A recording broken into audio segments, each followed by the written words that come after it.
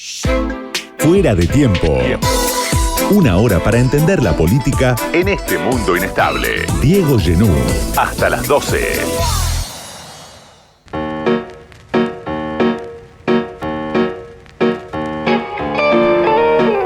La primera entrevista formal de este arranque de año en Fuera de Tiempo, en Radio Con Vos, es con Esteban Marcioni, que es referente del Frente Popular Darío Santillán, uno de los movimientos sociales con mucha historia, con mucha presencia en los territorios, en los conurbanos, en todo el país. Gracias, Esteban, por venir a charlar conmigo en Fuera de Tiempo.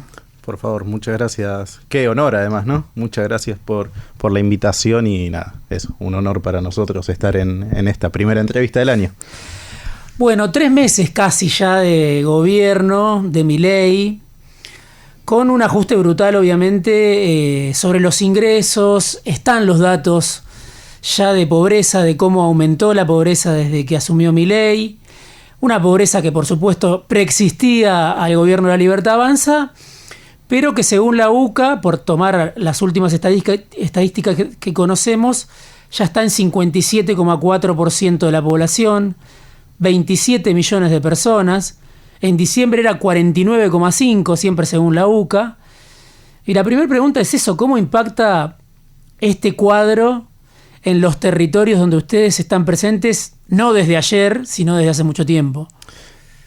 Lo primero que creo que es importante es, como vos arrancabas, ¿no? No es que estamos en Suecia y de repente lo que estamos recibiendo es un mazazo, sino que ya tenemos una crisis, en muchos casos estructurales, porque, por ejemplo, quedó muy visible en la pandemia en la desconexión de los pibes con la escuela y la recuperación de la escuela por muchos de los pibes está siendo muy compleja.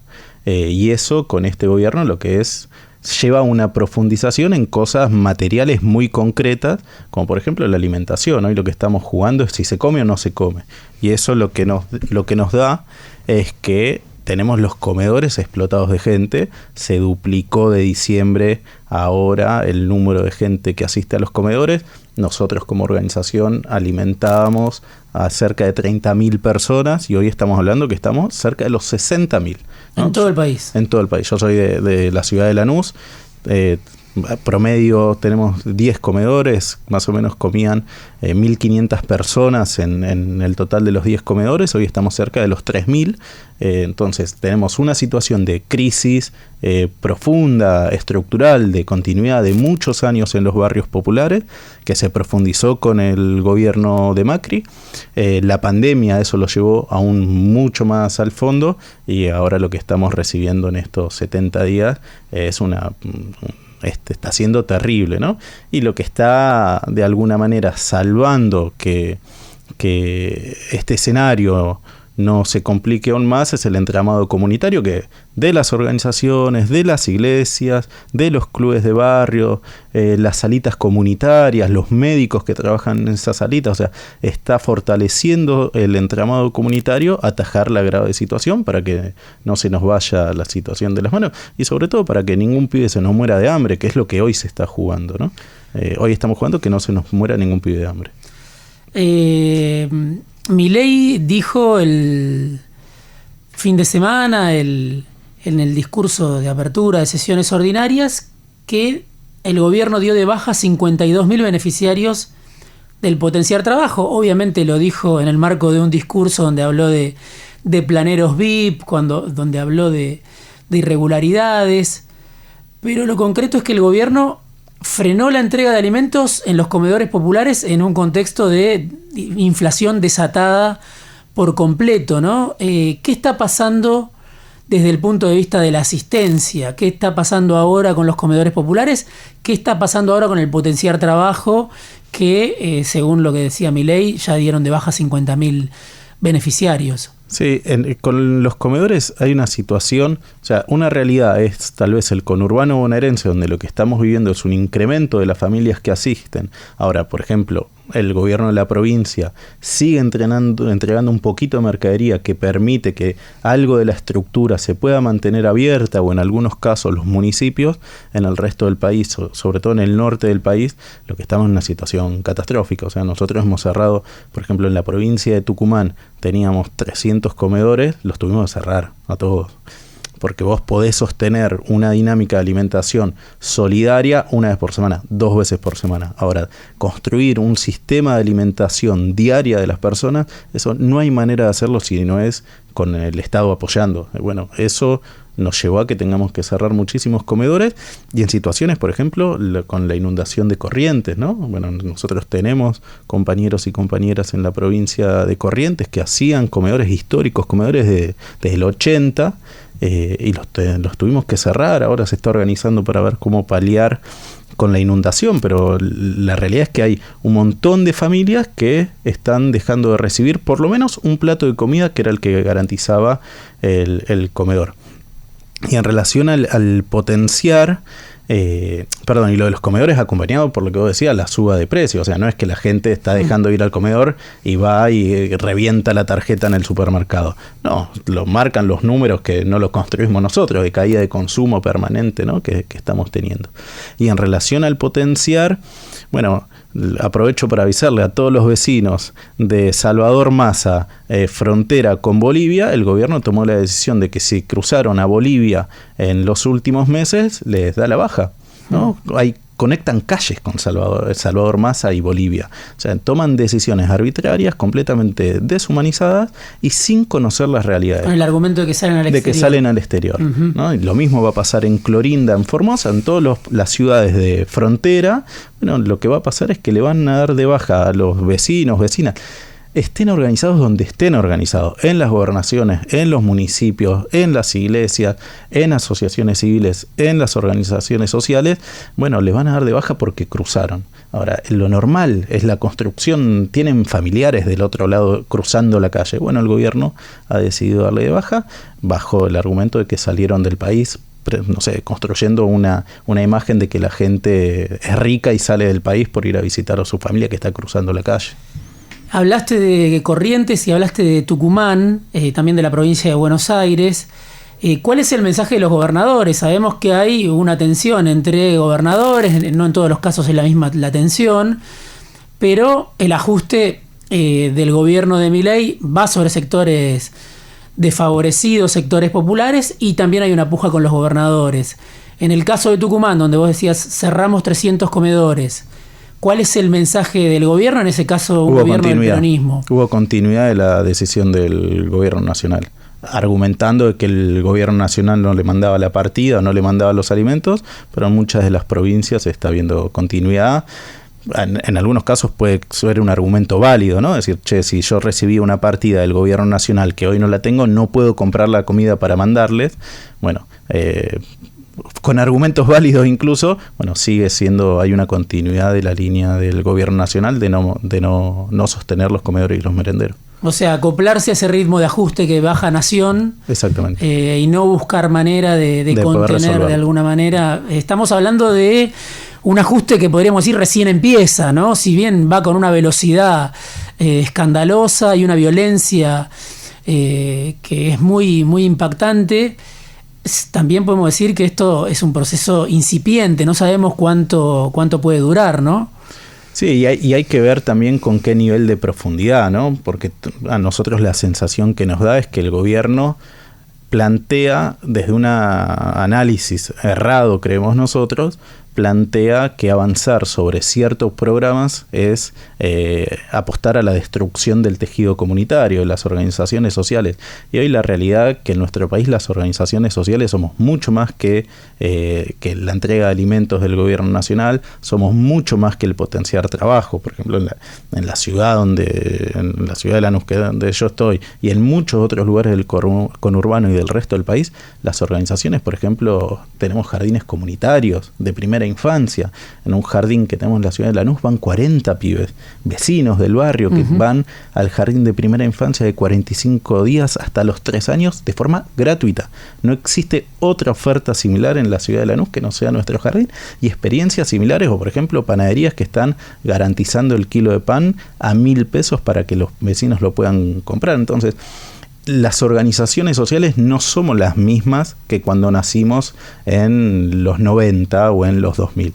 Hoy hay un tejido comunitario que, por ejemplo, garantizamos, bueno, la demostración fue la pandemia, que garantizamos que no se mueran un montón de vecinos de los barrios populares por el COVID, porque estábamos las organizaciones alertando de la situación, acompañando a las familias, y en muchos de los casos, a mí me tocó ser parte de eso, éramos nosotros que sacábamos a los vecinos de los barrios populares y los llevábamos a los centros de aislamiento. ¿Por qué? Porque cuando llegaba el personal de salud vestido con las medidas que tenía que tener de seguridad, medio vestidos como astronautas, y bajaba de la ambulancia a la casa de un vecino, cuando la ambulancia se retiraba, lo que había era una intención de prenderle fuego a la casa al vecino. Sobre todo en los primeros meses de la pandemia, eso era la primera reacción que había en los barrios populares, hasta que se generalizó. Bueno, las primeras intervenciones fueron así.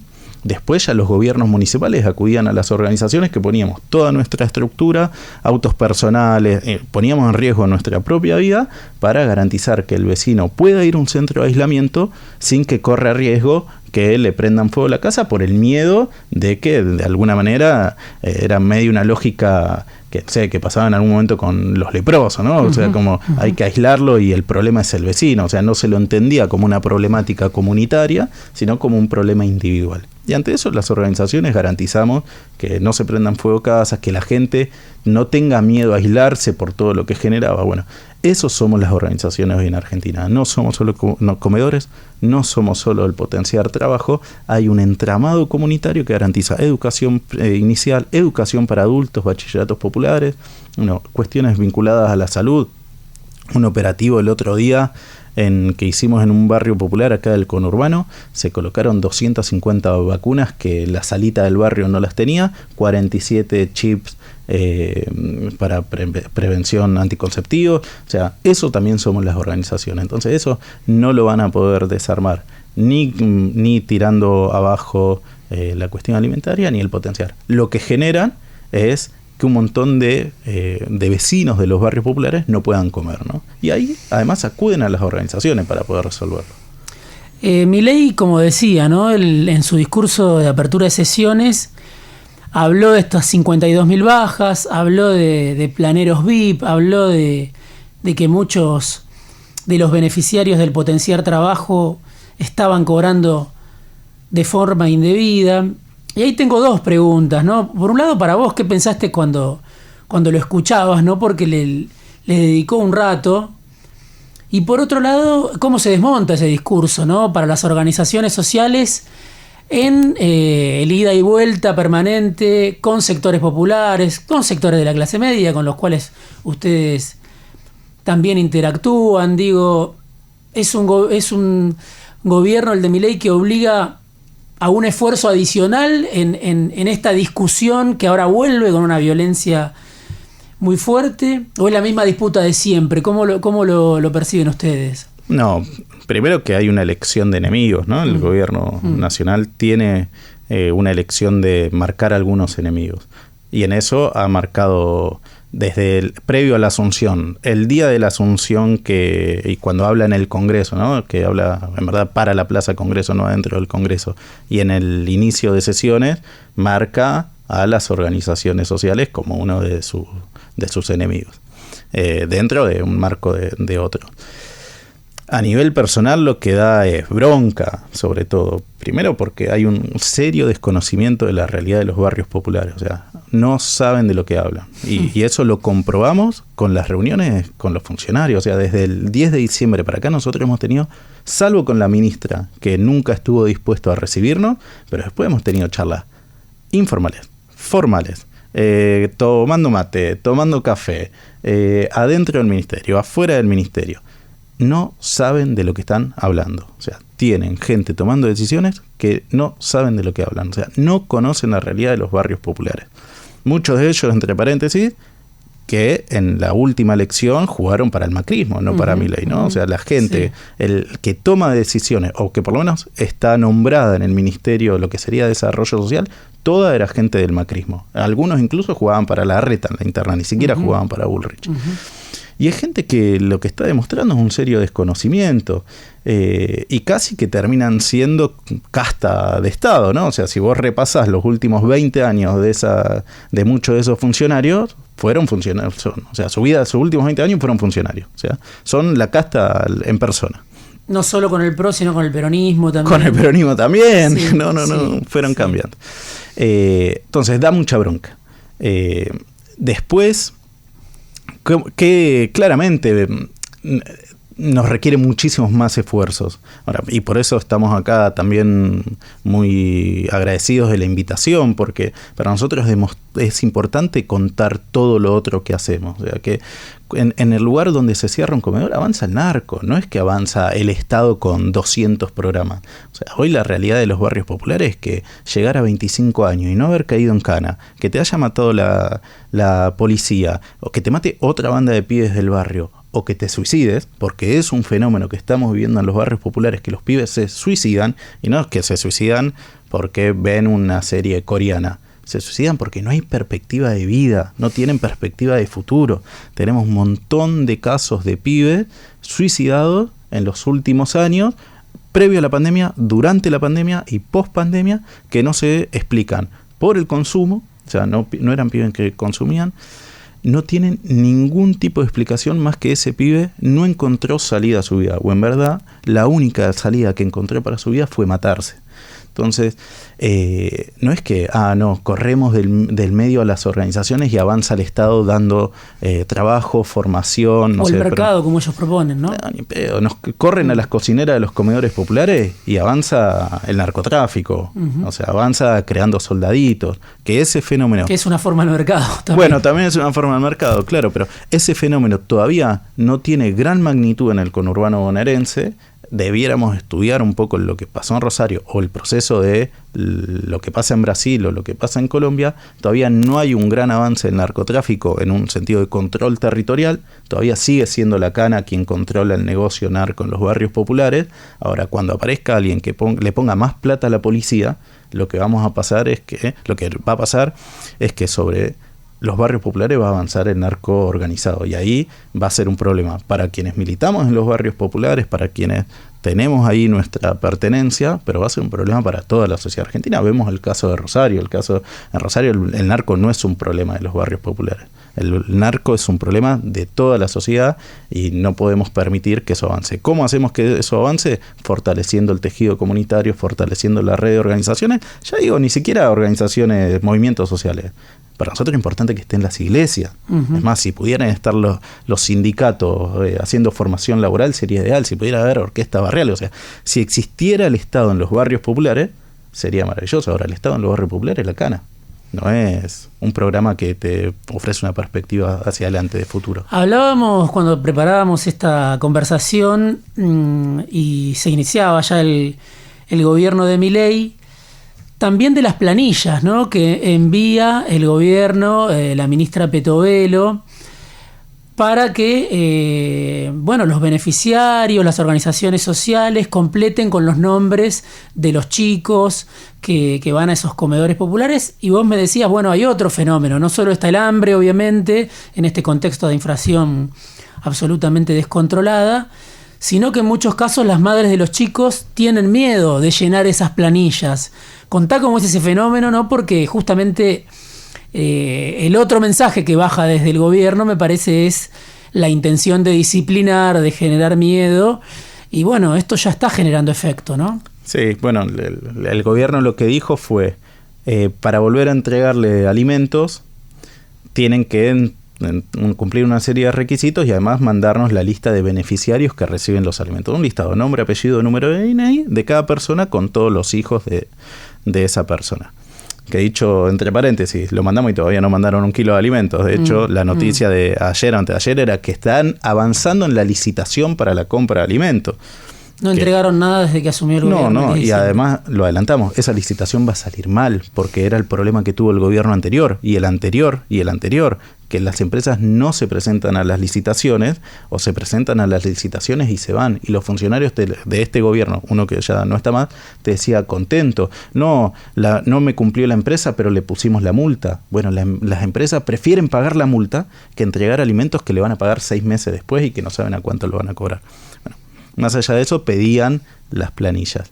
Y cuando nosotros mandamos a cada compañero y compañera en las provincias, muchas de las respuestas fue, acá los vecinos no quieren llenar la planilla. ¿Por qué? Y porque tienen miedo que se lo crucen con la alimentar, que lo crucen con la UH y que le den de baja algo. Hay un gran mito construido de que alguien se puede salvar la vida cobrando la alimentar y la UH, ¿no? Si uno hoy suma la alimentar más la UH por un hijo, son 77.000 pesos. ¿Sabe para qué alcanza? Para 6 pañales por día. Eso es lo que se puede comprar con la alimentar y con la UH. 6 pañales por día. Entonces, nadie se hace rico cobrando la alimentar y la UH. Lo que nosotros estamos viendo es que hay un sector de la sociedad que está muy desprotegido y que el gobierno nacional ha tomado la decisión de atacarlo. Lejos de acompañarlo, lejos de apoyarlo y lejos de encontrar cómo salir de la situación en lo que está, lo que tiene una decisión de apostar a la destrucción de ese sector y construir una Argentina para pocos, que eso es el proyecto de fondo que lleva adelante Milei, ¿no? Una Argentina para pocos. Leía una nota en los últimos días de Nicolás Salas en ANRED, sí. Y él ahí mencionaba un documento del Fondo Monetario Internacional ya de hace un año aproximadamente, que en ese momento elogiaba un poco la política de Victoria Tolosa Paz y decía, bueno, acá hay que dar de baja 400.000 beneficiarios del potenciar trabajo, bajo el argumento de que se iba a crear empleo. Pero ese número está rebotando en algunas organizaciones sociales. ¿Vos pensás que hay un objetivo, no sé si del fondo, porque ahí no sé si hay discusión o sintonía entre Milei y el fondo en cuanto a la contención social, o si el fondo está pidiendo efectivamente, como un poco sugería esta nota, dar de baja a 400.000 beneficiarios? No sé qué ves en cuanto a eso, a ese documento que es de un documento de hace un año, en otro contexto, con otro gobierno, pero que ahora vuelve, ¿no? Pensando quizá que sea parte del plan de Milei.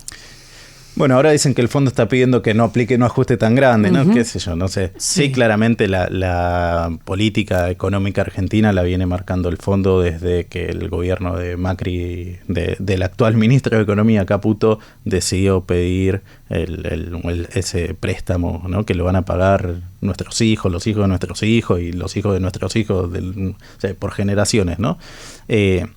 Creo que también nos tiene que, vinculándolo también a cuando Victoria Tolosa Paz era ministra, bueno, también creo que ahí hay una reflexión que tenemos que hacer los sectores populares, los progresismos, las izquierdas, como lo querramos llamar, los que no nos sentimos representados por este gobierno y por la derecha de alguna manera, que no puede ser que todo el tiempo nos corran la agenda. Quien empezó este proceso de estigmatización sobre el potencial fue la ministra anterior. Entonces, el gobierno actual tiene una decisión de no negociar y de llevar una agenda de profundización permanente. Bueno, no puede ser que cuando los sectores populares, los progresismos, tienen la posibilidad de ser gobierno, lo único que estén abocados es a ver cómo negociar con la derecha y construir una agenda cada vez más hacia el centro. O sea, o en algún momento se toma la decisión de avanzar con una agenda radical en cuanto a recuperación económica de los sectores populares, en cuanto a integración de los sectores populares, sino todo el tiempo nos van a estar marcando, o porque sean gobierno o porque sean oposición, nos va a estar marcando la agenda una derecha que está demostrando en nuestro continente que no tiene ninguna voluntad de negociación y que lo que tiene es una agenda cada vez más radicalizada, ¿no? Entonces, hay que tomar nota, hay que aprender de los errores y sobre todo hay que aprender que los gobiernos no son eternos y que cuando uno se va puede venir un gobierno de derecha que se puede montar sobre decisiones administrativas que deja el gobierno anterior, como por ejemplo la decisión que dejó Massa de pasar el potenciar al Ministerio de Trabajo, algo que va a pasar ahora a partir del 1 de abril, y sobre todo no pensarse que las cosas son irreversibles. La derecha está demostrando 90 días, 70 días y nos está vapuleando a todos, ¿no? Bueno, hay que ser responsables y ojalá en el próximo, o la agenda que tengamos por delante de construir los sectores populares, los progresismos, las izquierdas, tenga que ver con una agenda mucho más radicalizada, de cambio profundo de la sociedad, y no con una agenda negociada con la derecha, que lo único que hace es que todos vivamos peor, básicamente. ¿Qué pasa con el pulso social y con la paciencia social, ¿no? Incluso de los votantes de Milei? ¿Qué percibís vos? Además de la oposición a Milei, que fue la que seguramente no lo votó, pero ¿qué percibís en los barrios? ¿Qué perciben en los barrios en cuanto a ese tic-tac, ¿no? De la paciencia social, que bueno, es un gran signo de incertidumbre en este momento, ¿no? Creo que está cambiando. Primero porque me parece que el análisis pre-10 de diciembre era que Milei no se iba a meter con nadie, ¿no? Vos ibas y hablabas, no sé, yo participo en un club de barrio, ¿no? Porque mis hijas hacen deporte, voy al club de barrio. Y hablaba con la presidenta del club y me decía, no, con los clubes de barrio no se va a meter. Bueno, el mes pasado pagó 230.000 pesos de luz, este mes 350.000 pesos de luz. Se metió con los clubes de barrio. Uh-huh. Iba y hablaba con, no sé, mi vieja jubilada y me decía, no, con los jubilados no se va a meter. ¿Cómo se va a meter con los jubilados? A los jubilados. O sea, previo a que asuma, parecía que no se iba a meter con uno, ¿no? Como que se iba a meter con el otro, con el planero, con el otro, con el que recibía acá, pero nunca era con uno. Bueno, lo que está pasando a partir del día de diciembre es que se está metiendo con todo, con el que cobra el potencial, con el jubilado, con el club de barrio, Bueno, eso lo que está haciendo es que haya una pérdida de consenso por parte del gobierno nacional.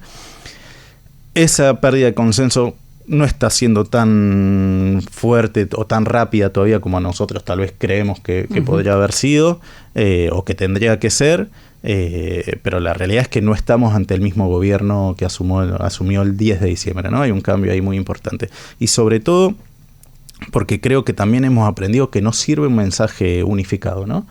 Nosotros, por lo menos previo a las elecciones, hemos hecho una fuerte campaña por la negativa, de alguna manera, en los barrios populares contra que asuma el Milei, ¿no? En verdad, contra que gane. Uh-huh.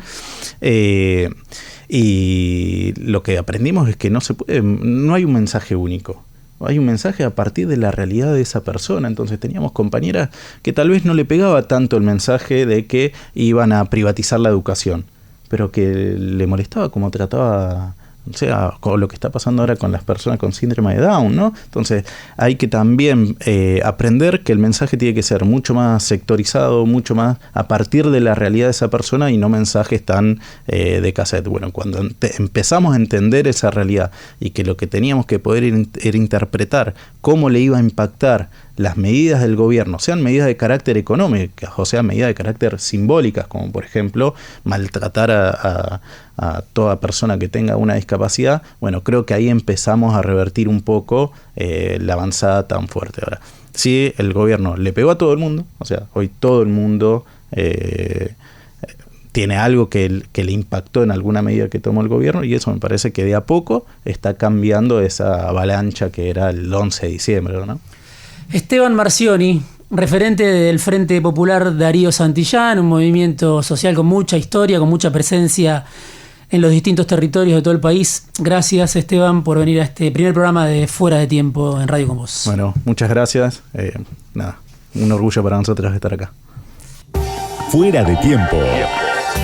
Una hora para saber por dónde van la política y la economía. Diego Genú. Hasta las 12.